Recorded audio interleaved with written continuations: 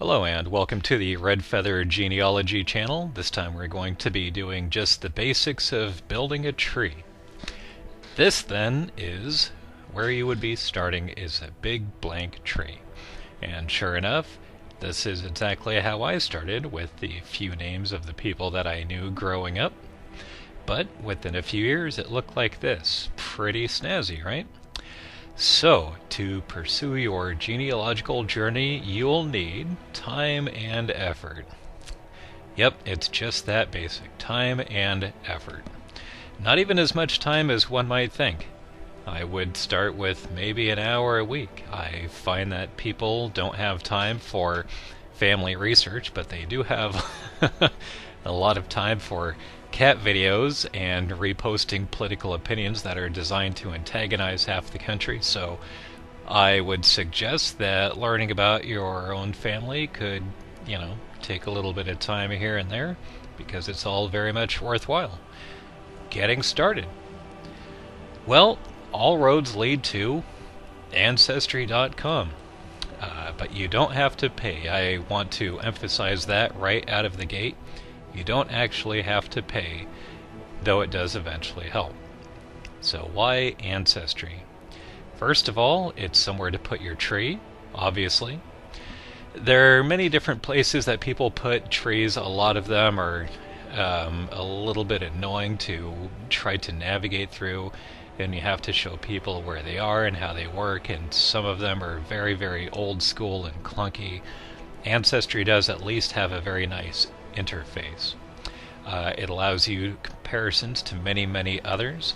So if you're researching a particular ancestry, you can quickly find 50 people who are also researching them. Very handy. If and when you do get a subscription, that will operate seamlessly with your research. Once you get into all the vast record holdings, of course, of the website, then all of that just starts flying right into your tree too. And if you take their DNA test, and everyone should, of course, it will integrate your results with your tree, which is great for matching relatives. So what this does is you build a tree and you take a test. This is all ideally, of course, and your genetic results operate with your tree.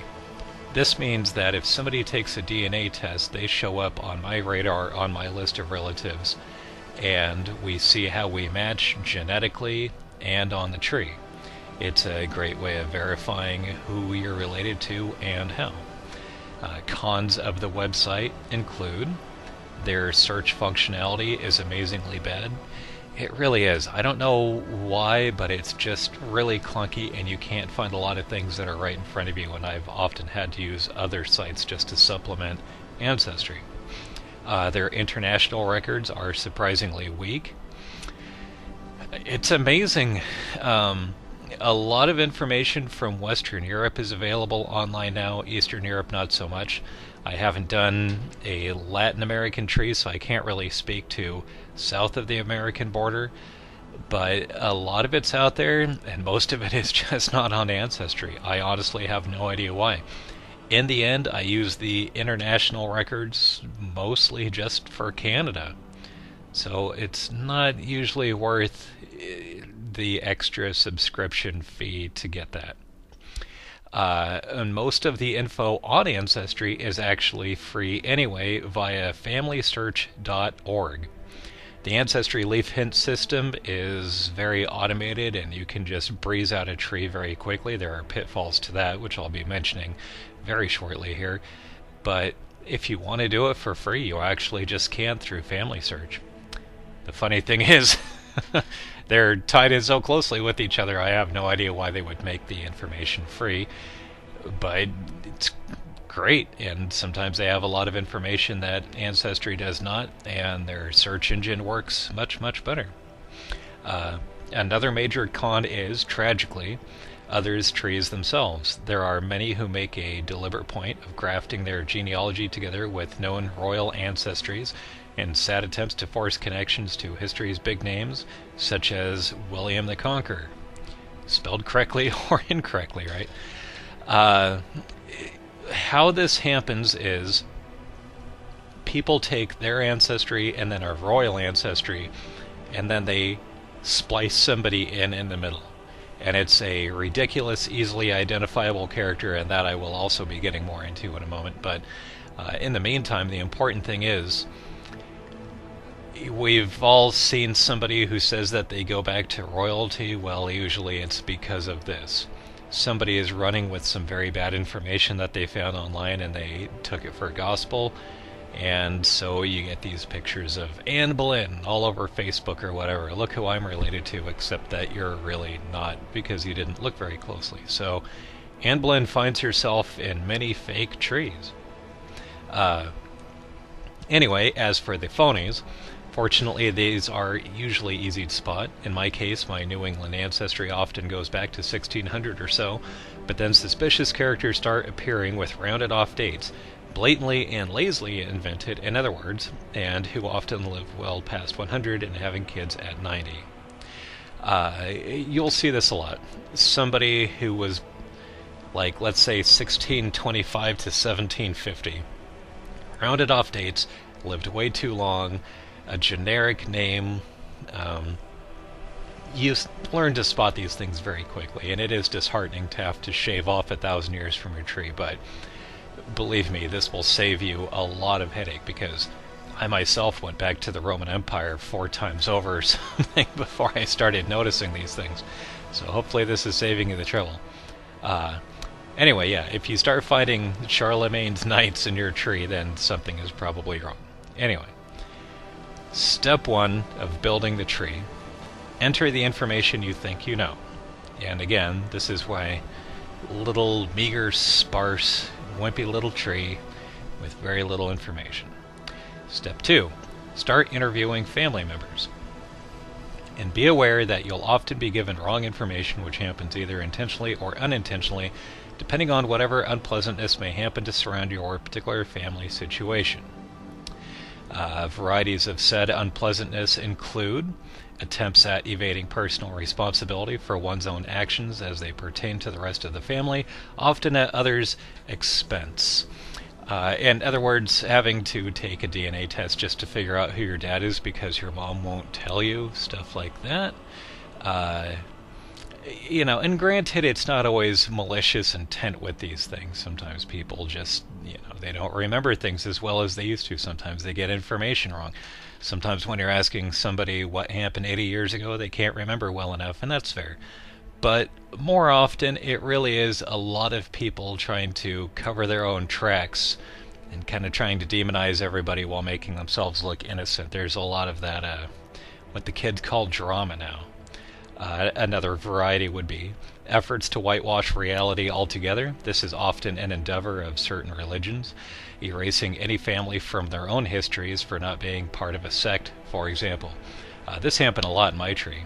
Anybody who wasn't part of a certain denomination was literally written out of the history books. So much history and so much family information just completely lost because they didn't join the right church. So that would be another deliberate thing that people run into. The irony of things being that, well, I've seen it many, many times. Family is often the biggest hindrance to family research. Now, here's the thing. If you come from a good family, then that's spectacular. I mean, good for you. And people from good families tend to think that it's some kind of ridiculous exaggeration or just outright fabrication that bad families would do this, that people have to actually go through, when Maury Povich passes for a family history show, because you need DNA just to sort out all of the garbage that people have been feeding you just to untangle the mess. And those are the people, adoptees, people from broken families and whatnot, who take genealogy the most seriously and most need to hear this. The moral of the story: do your objective best to use correct information in your tree. Build conclusions from evidence. Don't choose a conclusion. Fake genealogies going back to William the Conqueror or Indian princesses are great examples, and then collect evidence if it happens to suit that conclusion. Because after all, if you're going to fake your ancestry, just go ahead and make Elvis your uncle. Why not? See, there he is. Now you can say you have a king in your tree, right? You're related to the king. Alright, so now that you've got some names and some information, some places, some dates, start throwing that into your tree. Start fleshing it out. And then, once you have a basic tree built, there are essentially two paths you can take. The one path is, Ancestry. If you pay for the subscription, it's pretty easy to follow leaf hints to flesh out your tree while keeping in mind the mentioned pitfalls. Or the family search option. They have a great archive of records, better international than the pay site does, and it's 100% free. You get access to all the censuses, pretty much everything you need. So if you don't mind doing the legwork, you can find all kinds of information without paying a penny. Of course, ideally you'll be using both, in addition to many other sites. But if you want to start free, you got an option, and if you want to start easy, you got an option. And that's it for the basics. If you made it this far and actually begin a tree at all, you're very far ahead of the curve. But there's one fun freebie I want to throw in here to help get you started.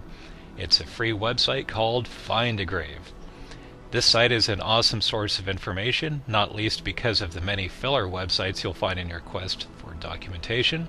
Just enter anyone's name to usually get a photo of their gravestone and maybe an obit and or photos. You can also make requests. To make a photo request, set up an account, again free, and go to that person's memorial page. You can also create memorials as well. This is a real boon to someone like me, as I live in Oregon, which is quite far away from most of my ancestry, which includes Canada.